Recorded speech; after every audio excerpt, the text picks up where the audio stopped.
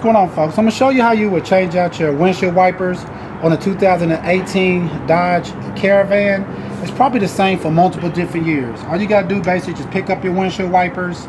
You kind of want to take the windshield wiper part, tilt it down like that, and right up underneath here there's like a little push lever right here.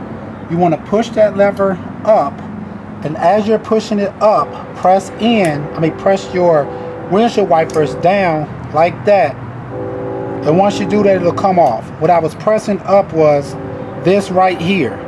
You press that up and then you slip it down. The little hook right here is what you're taking it off of. So now that you're ready to put your new windshield wipers on, you kind of want to take this piece like that, kind of tilt it up, and then you want to just take this windshield wiper, stick it in this opening right here like that, and then kind of go over top, and you'll see me just pull it up towards you like that, and pretty much now you'll have your windshield wipers on. Alright folks, once again, this is how you would change out your windshield wipers on a 2018 Dodge Caravan. It's probably the same for multiple different years.